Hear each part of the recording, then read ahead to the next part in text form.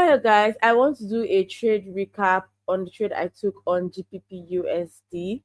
It's 12:54. I tried doing this video before, but for some reason the network cut me off. Okay. Today is my birthday and I'm spending my time doing this trade recap for you guys. So now we are on the daily time frame. That's where I start my analysis from majority of the times. Do you get? Especially when I want to know the exact bias of the market.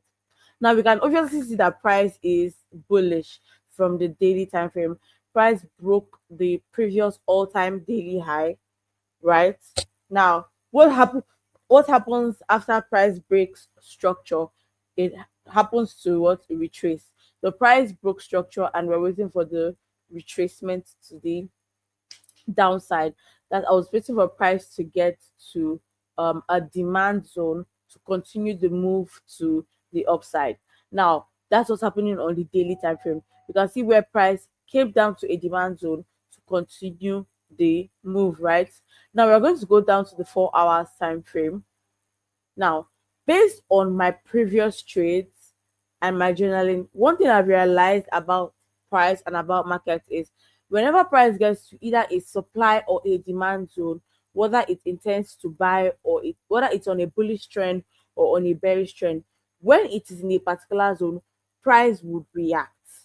Now, the reaction can be a retracement or an intent to change character. Do you get?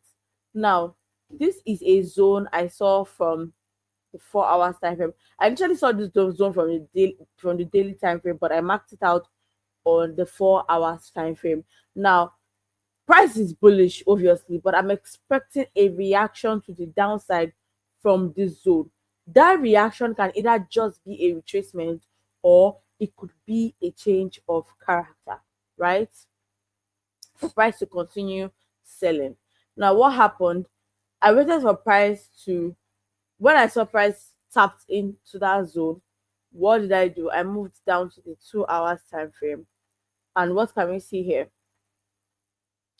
You can see that price tapped into the zone and actually reacted, right?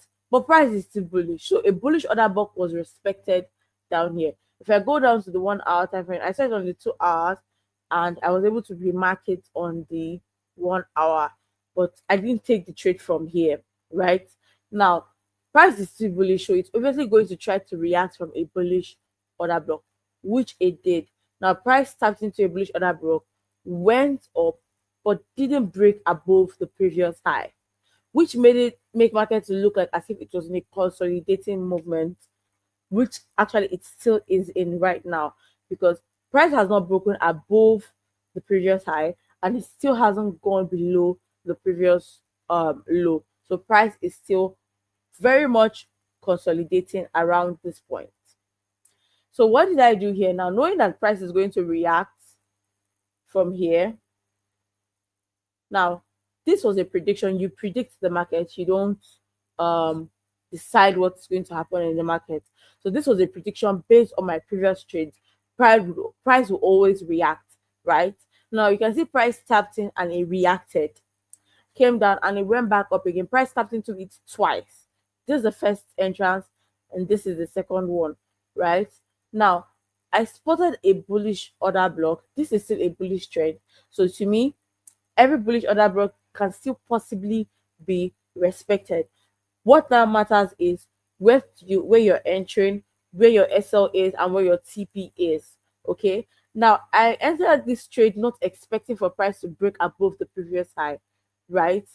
Because it seems to be in a kind of consolidating movement.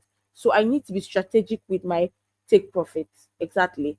Now, this is the other block I picked for my buy. Okay. Price tapped in and went up. Now, I'm not expecting price to break above this yet. It could happen, it couldn't happen. But one thing I was expecting was for price to definitely come above this liquidity, which it did. Right? You can see what price did over here. Let me zoom it so that you can see it properly. So price broke above the liquidity. It even happened with a wick, not necessarily a bottle, not necessarily a candle closure. right? Now remember that this order block here is still valid for me. I could have taken a sell here. I could have taken a loss here, sorry, right? It could have been an SL for me, but it was still a chance I was willing to look at. Why? Because of past data. That is why journaling is important. This trade was taken based on past that data, my past analysis. Now what happened? I allowed price to tap into the trade, and the sell happened, and this gave me a clean 1:4, and this gave me a clean 1:3.74, and that is how I landed these two trades on GBP USD. Now I want you to take note of some certain things here. One thing that helped me very much well in this trade is past data, journaling, seeing what I have seen in the markets continuously in the past. It's played out here for me. That's number one. Secondly, studying the market, knowing when to enter and when to leave.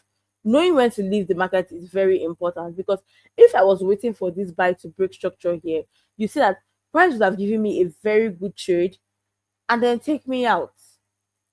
You see that? So it's very important to know when to enter, when to leave, and how to manage your trades. So, guys, that is how I was able to take this trade on GPP USD. I'm going to try my very possible best to keep on doing trade recaps like this. Even when I take a loss, I will definitely do the recap as well. And that will be all for today. Wish me a happy birthday. Bye. Okay, no, I have a birthday gift for you guys. I'm going to be offering free trading signals. You have the opportunity to take my trades for free. Yes. Although it's free, it's still not for everybody. No, I want serious people. We are building a strong community of traders who do not have the privilege to pay for knowledge but still have access to it. That is what I am giving to you. Okay? So happy birthday to me and bye.